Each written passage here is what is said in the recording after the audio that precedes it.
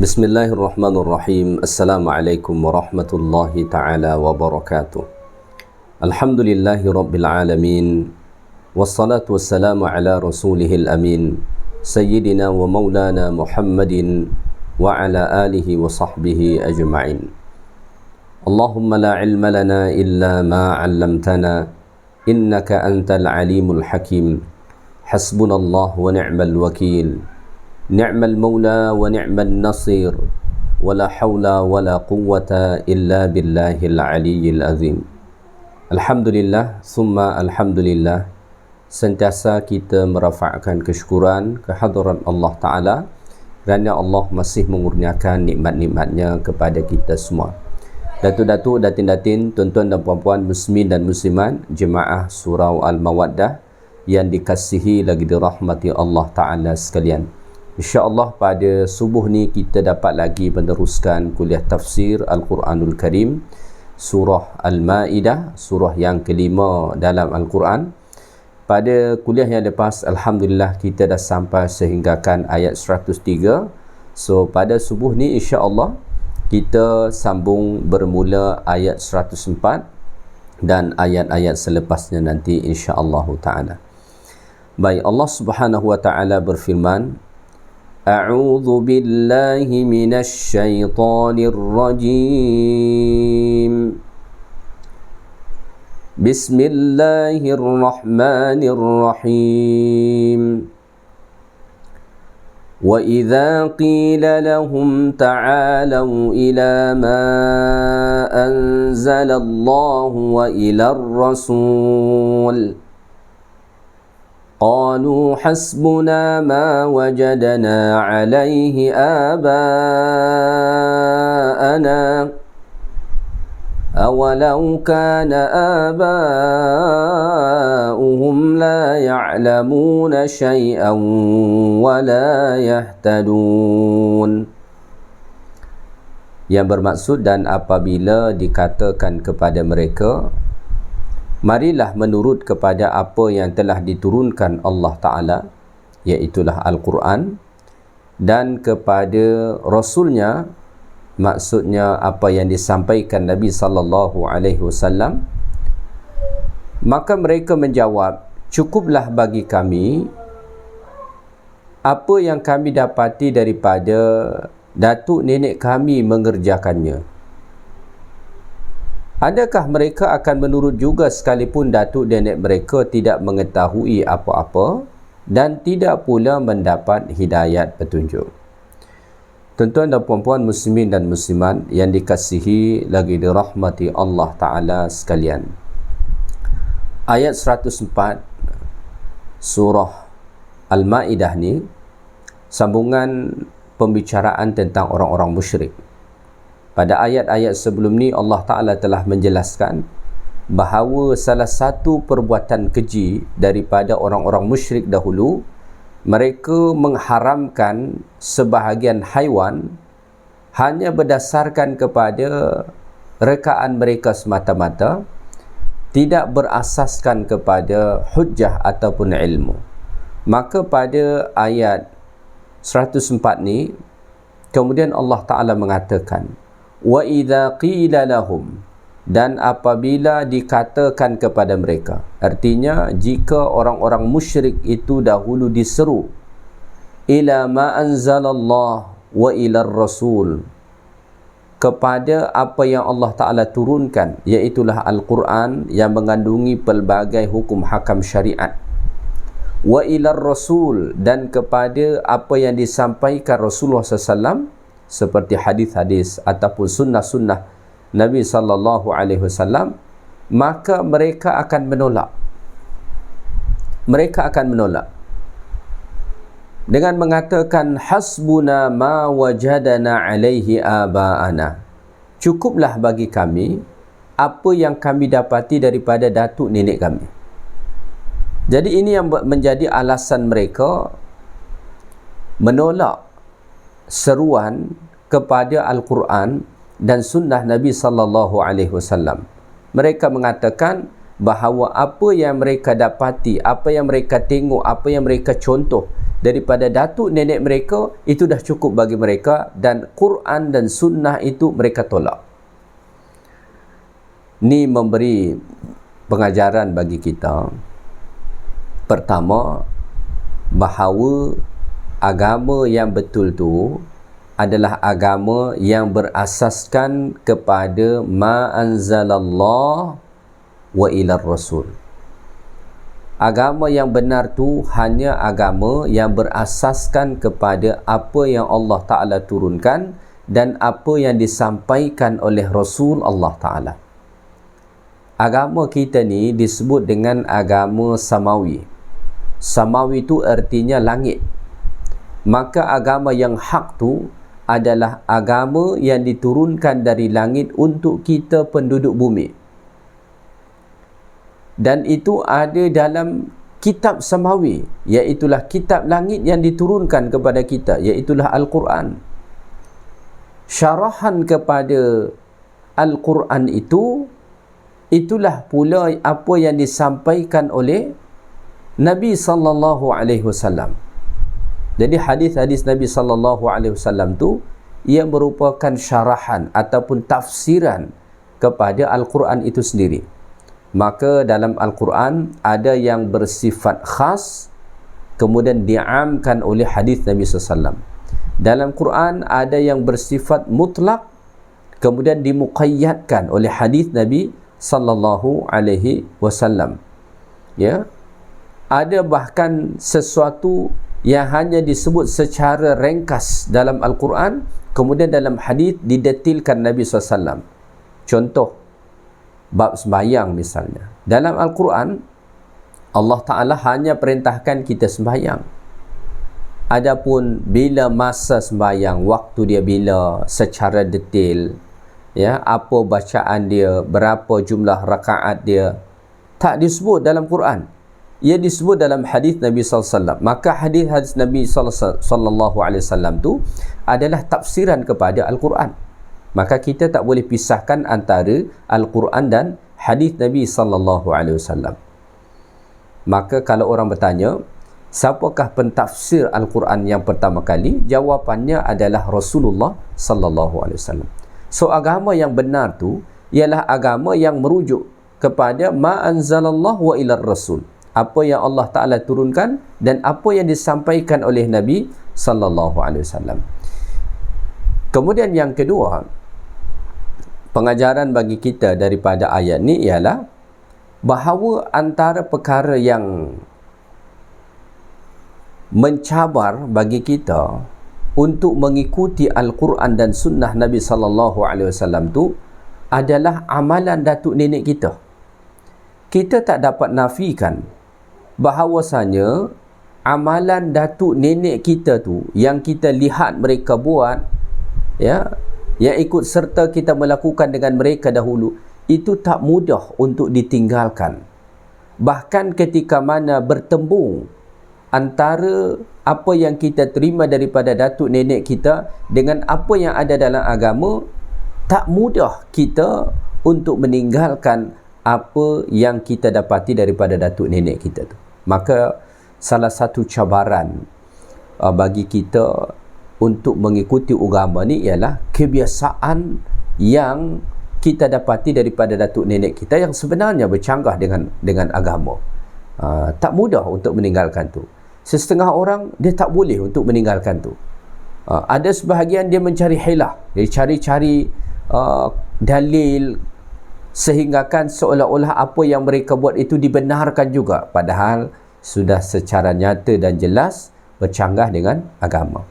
So oleh kerana itu, kita sebagai orang yang beriman kepada Allah Ta'ala dan Rasulullah mesti meletakkan ketaatan kita nombor satu kepada Allah, kemudian kepada Rasulullah Sallallahu Alaihi Wasallam. Orang beriman mesti macam tu. Kita bukan tak cinta dengan datuk nenek kita, kita bukan tak cinta dengan orang-orang tua kita, kita cinta dengan mereka sebab kita terlahir daripada tulang sulbi mereka. Tetapi dalam beragama kita kena ada prinsip. Prinsip dia apa? Kebenaran agama tidaklah ditentukan oleh datuk nenek kita, tetapi ditentukan oleh ma anzalallah wa ilar rasul, apa yang Allah turunkan dan apa yang Nabi sampaikan. Itulah kayu ukur kebenaran dalam beragama. So sepatutnya kita orang yang beriman kepada Allah Ta'ala meletakkan kecintaan kita nombor satu kepada Allah dan Rasul. Barulah kita boleh benar dalam beragama, atau sikap kita benar dalam beragama. Kalau kecintaan kita kepada Allah Ta'ala dan Rasul kurang, ya, atau mungkin kecintaan kita kepada selain Allah dan Rasul lebih, maka kita akan sangat mudah meninggalkan apa yang Allah dan Rasul sebut. Kita akan sangat mudah meninggalkannya. Maka disebut dalam satu hadis Nabi sallallahu alaihi wasallam, kata Nabi alaihi salatu wassalam, "Thalathun man kunna fihi wajada halawatal iman." Ada 3 ciri supaya seseorang boleh merasakan kelezatan iman tu. Kalau 3 ciri ni tak ada pada kita, maka kelezatan iman tu tak dapat kita nikmati. Kita tak dapat rasakan betapa lazatnya iman tu. Ciri yang pertama, kata Nabi alaihi salatu wassalam, ayyakunallah wa rasuluhu ahabba ilaihi mimma siwahuma. Mestilah Allah dan Rasul lebih kita cintai daripada selainnya. Ketahuilah, beragama ni kita tak rasakan kesedapannya, ya, kita tak dapat menikmati sedapnya agama ni kalau kita belum meletakkan kecintaan kita kepada Allah dan Rasul lebih utama daripada selainnya. Hatta daripada kecintaan kita terhadap datuk nenek kita, hatta kecintaan kita terhadap diri kita sendiri. Ya, Umar bin Khattab radhiyallahu taala anhu pernah mengatakan, "Ya Rasulullah, tidak ada yang paling aku cintai selepas aku mencintai diriku selain engkau, wahai Rasulullah." Kata Nabi, "Tak. Kalau engkau nak sempurna imanmu, engkau mesti lebih cinta kepadaku daripada kepada dirimu sendiri." Maka kita tidak akan dapat merasakan betapa lazatnya agama ni kalau kita belum lagi sanggup meletakkan Allah dan Rasul sebagai cinta kita nombor satu. Kalau kita masih lebih cinta dengan diri kita, lebih cinta dengan harta kita, lebih cinta dengan datuk nenek kita, maka kita tidak akan dapat merasakan kelazatan dalam beragama ni. Maka supaya ada kelazatan dalam beragama, maka letakkanlah Allah dan Rasul sebagai cinta kita nombor satu, cinta kita paling tinggi, sehingga kan ketaatan kita pun secara totaliti kepada Allah Ta'ala dan Rasulullah. Kemudian daripada ayat Allah Ta'ala ni juga kita dapat ambil pengajaran bahawasanya tidaklah setiap apa yang kita dapati daripada datuk nenek kita tu benar. Ya, mungkin sebahagiannya adalah benar, tetapi sebahagiannya tidak. Maka kita sebagai generasi yang datang kemudian mesti melakukan penapisan. Kita kena tapis. Kita bukan bencikan dengan mereka, bukan kita tak sayang dengan mereka, tetapi kalau dalam bab agama kita kena tapis. Sebab tidak ada jaminan bahawa apa yang dikatakan, apa yang dibuat, apa yang dicontohkan oleh datuk nenek kita tu benar dalam agama. Tak ada jaminan. Ya, so kita kena tapis. Mana yang kita dapati daripada mereka bersesuaian memang dengan agama, kita follow. Mana yang tak bersesuaian, kita kena tinggalkan. Kita kena tinggalkan tanpa kita mesti berfikir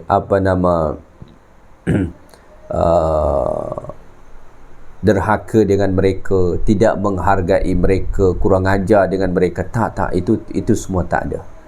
Kita bukan berarti derhaka kepada mereka, bersikap kurang ajar dengan mereka, tak. Bukan kita menyesatkan mereka, tak. Tapi dalam beragama, begitulah kayu ukur dia. Ya. Baik, so kita kena buat tapisan. Apatah lagi datuk nenek kita ni zaman-zaman dahulu mungkin mereka pun belumlah mendalami agama sangat, ya.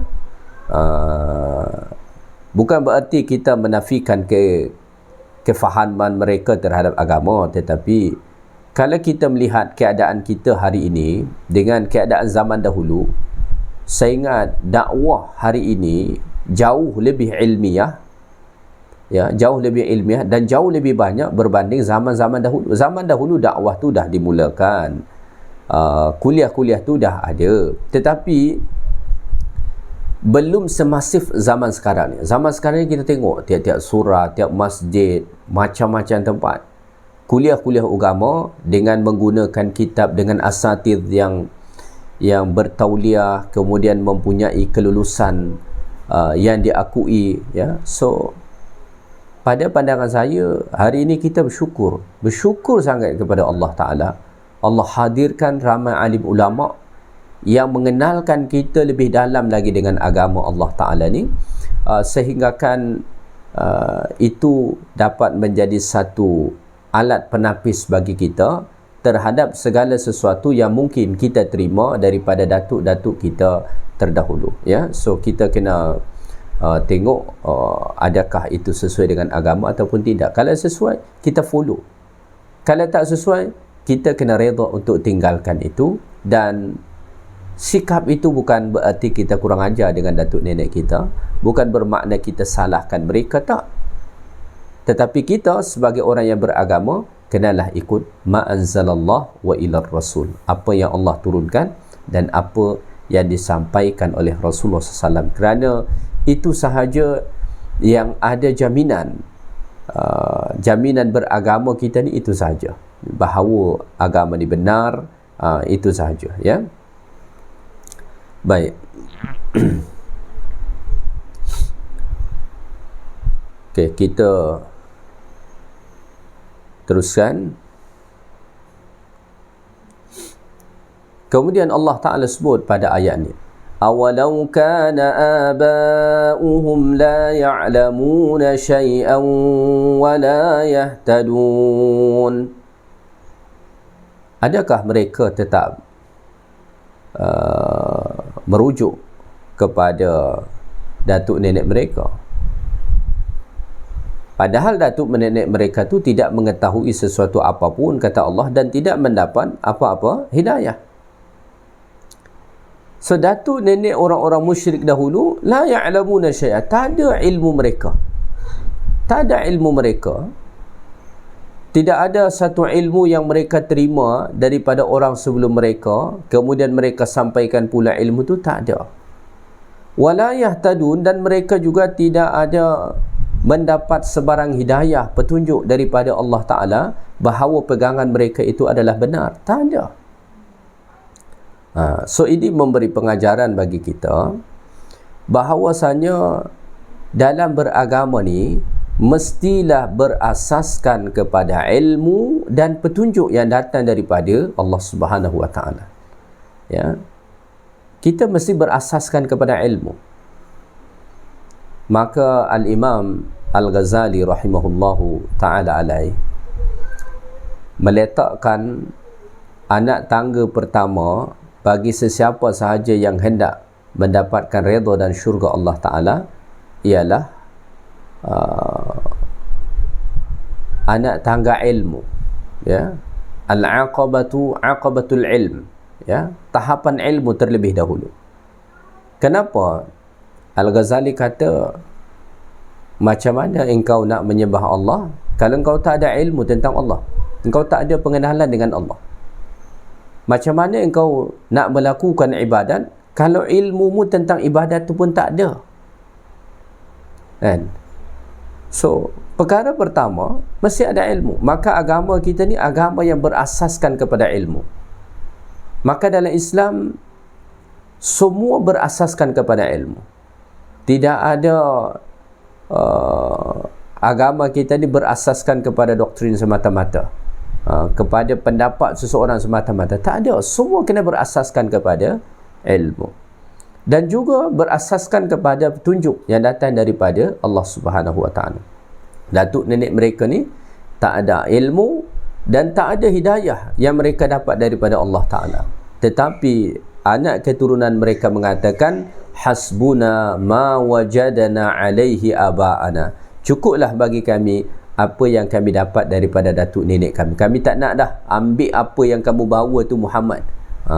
Padahal kebenaran agama ni apa yang ada dalam Al-Quran dan juga dalam sunnah Nabi SAW, yang mana kedua-duanya adalah agama yang berasaskan kepada ilmu dan juga petunjuk yang datang daripada Allah Subhanahu wa Ta'ala. Ya. Baik, kita teruskan ayat yang berikutnya.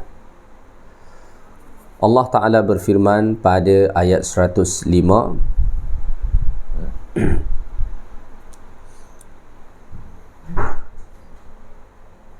Ya ayyuhalladzina amanu alaikum anfusakum la yadurrukum man dhalla idha ihtadaitum ila Allahi marji'ukum jami'an fayunabbi'ukum bima kuntum ta'malun. Yang bermaksud, wahai orang-orang yang beriman, jaga sahajalah diri kamu dari melakukan sesuatu yang dilarang Allah Ta'ala. Orang-orang yang sesat tidak akan mendatangkan mudarat kepada kamu apabila kamu sendiri telah mendapat hidayah, petunjuk. Kepada Allah jualah tempat kembali kamu semuanya. Kemudian ia akan menerangkan kepada kamu balasan apa yang telah kamu lakukan. Tuan-tuan dan puan-puan muslimin dan muslimat yang dikasihi lagi dirahmati Allah Ta'ala sekalian. Pada ayat sebelumnya tadi, Allah menjelaskan kepada kita tentang orang-orang musyrik yang menolak dakwah yang disampaikan Nabi SAW dengan alasan sudah cukup bagi mereka apa yang mereka dapati daripada datuk nenek mereka. Maka pada ayat 105 ni kata Allah Ta'ala, Ya ayyuhalladzina amanu, wahai orang-orang yang beriman, alaikum anfusakum, jagalah diri kamu. Bersungguh-sungguhlah kamu untuk membaiki diri kamu, menyempurnakan diri kamu, melakukan ketaatan kepada Allah Subhanahu wa Ta'ala. Bersungguh-sungguhlah kamu meninggalkan segala macam bentuk tegahan-tegahan Allah Ta'ala. Peliharalah diri kamu, jangan sampai kamu masuk ke dalam api neraka Allah. Alaikum anfusakum, wahai orang-orang yang beriman, alaikum anfusakum, jagalah diri kamu. Ini seruan Allah Ta'ala untuk kita. Seruan Allah Ta'ala untuk kita supaya kita jaga diri kita sehingga akan tidak masuk ke dalam api neraka Allah. Macam mana kita menjaga diri kita ni? Dengan meninggalkan segala macam bentuk tegahan Allah Ta'ala, dan pada masa yang sama kita bersungguh-sungguh melakukan ketaatan-ketaatan kepada Allah. Itulah cara kita untuk menjaga, memelihara diri kita sehingga kan tidak masuk ke dalam neraka Allah Subhanahu wa Ta'ala. Kalau kamu lakukan begitu, kata Allah, kalau kamu menjaga, memelihara diri kamu dengan meninggalkan segala macam tegahan Allah Ta'ala dan melakukan perintahnya, la yadurrukum man dhalla idha ihtadaitum, maka orang-orang yang sesat tidak akan dapat memudaratkan kamu jika kamu telah mendapat hidayat. Mereka yang sesat tu, yang tidak mahu beriman tu, yang menolak dakwah tu, tidak akan dapat memudaratkan kamu, mendatangkan sebarang bahaya kepada kamu, ya, oleh kerana kesesatan mereka, jika kamu telah mendapat hidayat petunjuk daripada Allah Ta'ala. Wa innama yadurru nafsah, mereka orang-orang yang sesat tu hanya akan memudaratkan diri dia, membahayakan diri dia sendiri. Mereka tidak akan membahayakan kamu. Ya.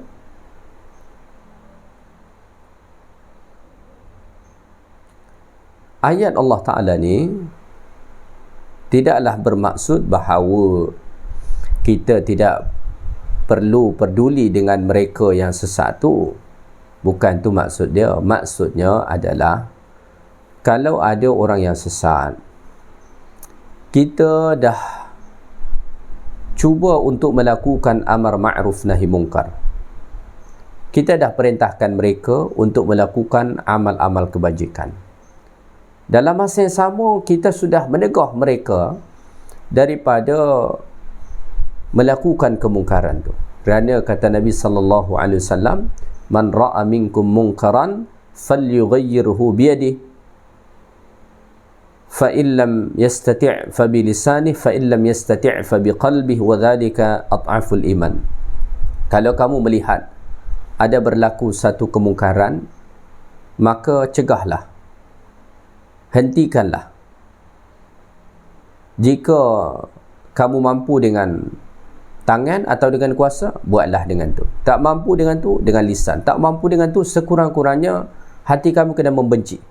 Dan itulah tanda selemah-lemahnya iman. Ayat ni bukan menafikan perintah tu, tetapi ayat ni hendak menunjukkan, jika kita telah melakukan amar ma'ruf nahi mungkar, kita dah suruh orang untuk melakukan amal-amal kebajikan, dalam masa yang sama kita dah tegah mereka daripada melakukan keburukan, namun mereka tetap dengan sikap mereka memilih kesesatan, maka ketahuilah, selagi mana engkau telah memelihara dirimu dengan meninggalkan segala macam bentuk tegahan-tegahan Allah Ta'ala dan melakukan perintahnya, maka kesesatan mereka itu la yadurrukum man dhalla idha tadaitum. Kesesatan mereka itu tidak akan memudaratkan kamu jika kamu telah mendapat hidayat petunjuk daripada Allah Subhanahu wa Ta'ala. Maka tugasan kita hanyalah menyampaikan, hanyalah mengingatkan. Jika mereka tetap tidak mahu, maka tugasan kita telah pun selesai. Maka kesesatan mereka tidak akan membahayakan kepada kita. Ini berbeza kalau misalnya kita membiarkan ada orang sesat, kemudian kita senyap saja, tak pernah kita tegur, tak pernah kita ingatkan, tak pernah kita bagi nasihat. Kita senyap saja sambil kita berfikir, oh yang penting aku tak buat. Kalau dia yang buat, biarlah dia buat. Itu tak boleh. Maka kesesatan mereka, dalam keadaan kita senyap, tanpa pernah kita beri peringatan kepada mereka, maka kita akan kena mudarat. Ya? Maka Allah Ta'ala sebut dalam Al-Quran, umat terdahulu diazab Allah Ta'ala. Salah satu sebabnya apa dia? Kanu la yatanahawna an munkarin fa'aluh. Mereka tidak menegah kemungkaran yang berlaku di tengah-tengah mereka. Mereka tahu, nampak ada berlaku kemungkaran, ya, tetapi mereka tidak mahu menegahnya, tidak mahu mengingatkannya, tidak mahu memberi nasihat kepadanya. Akhirnya kemungkaran itu tetap berlaku. Maka ketika mana datang azab Allah Ta'ala, maka Allah bukan sekadar membinasakan orang-orang yang secara langsung melakukan dosa itu, tetapi orang yang diam menyaksikan kemaksiatan itu pun berlaku, diazab Allah Ta'ala juga. Maka berdiam diri daripada kemungkaran yang berlaku adalah satu kemungkaran. Ya? Berdiam diri daripada kemungkaran yang berlaku adalah satu kemungkaran. Maka kita jangan berfikir yang penting aku tak buat, aku tak buat, aku tak ikut. Kalau orang nak buat, terpulang pada dia lah, hisab dia sendiri dia kan. Tak boleh. Kita kena melakukan tugasan kita, iaitulah amar ma'ruf nahi mungkar. Allah Ta'ala sebut dalam Al-Quran, kuntum khaira ummatin ukhrijat linnas ta'muruna bil ma'rufi wa tanhauna 'anil munkar. Kamu adalah umat terbaik, kata Allah Ta'ala. Kenapa kita jadi umat terbaik? Kerana melakukan amar ma'ruf nahi mungkar. Ta'muruna bil ma'ruf, menyuruh kepada perkara yang baik. wa tanhauna 'anil munkar, dan mencegah daripada segala macam bentuk kemungkaran. Itulah yang menyebabkan kita menjadi khaira ummah terbaik dari sekian umat yang ada di atas dunia ini. Baik, kemudian Allah Ta'ala sebut, ilallahi marji'ukum, kepada Allah jualah tempat kamu semua kembali. Ilallahi marji'ukum jami'a, kepada Allah jualah tempat kamu kembali semuanya. Kita semua ni akan kembali kepada Allah. Tak ada tempat kembali kita selain kepada Allah Ta'ala. Mahu kita berada di jalan yang betul, atau mereka yang berada di jalan yang salah, kita yang ikut petunjuk Allah Ta'ala atau mereka yang tak mahu ikut petunjuk Allah Ta'ala, kita semua pasti akan kembali kepada Allah. Inna lillah wa inna ilaihi raji'un. Kita ni milik Allah. Allah Ta'ala yang cipta, Allah Ta'ala yang hidupkan, dan kita akan kembali kepada Allah. Kita semua ni milik Allah. Jadi tak ada milik kita. Yang kita kata milik kita pun adalah milik Allah. Bahkan diri kita sekali ni pun milik Allah Ta'ala. Maka milik Allah Ta'ala, Allah Ta'ala akan tarik balik. Semua kita akan kembali kepada Allah. Tidak ada sesiapa pun yang boleh lari daripada kembali kepada Allah Ta'ala. Maka Allah Ta'ala sebut dalam Al-Quran, ya, aina ma takunu yudrikkumul maut walau kuntum fi burujim musyayyadah. Di mana sahaja pun kamu berada, walaupun kamu berlindung di dalam satu benteng yang sangat kukuh, pasti kematian tu akan datang kepada kamu untuk menjemput kita kembali kepada Allah Ta'ala. Kita semua akan kembali kepada Allah. Maka nanti pada hari kiamat kita akan dibangkitkan semula dan akan dibawa berhimpun kepada Allah. Untuk apa dia? fayunabbi'ukum bima kuntum ta'malun, maka nanti Allah Ta'ala akan beritahu semua apa sahaja yang pernah kita perbuat. Tidak ada satu perbuatan yang kita lakukan pun di atas dunia ni kecuali Allah Ta'ala tahu. Sama ada hari ini kita melakukan amal-amal kebajikan, itu semua Allah Ta'ala tahu. Begitu juga setiap keburukan yang kita lakukan, semua Allah Ta'ala tahu.